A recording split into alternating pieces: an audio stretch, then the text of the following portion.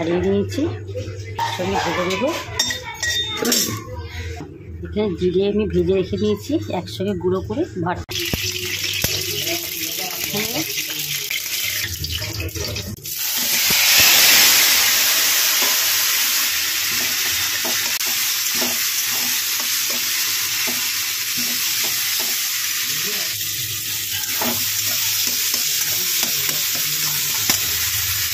সবুজ দিয়ে দেবো,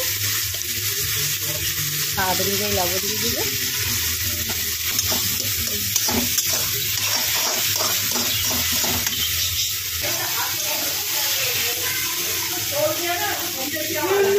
ভাজা লঙ্কা ভাজা আর বড়ি ভাজাটা দিয়ে দেবো, একসাথে ভালো করে মিক্স করে দেবো।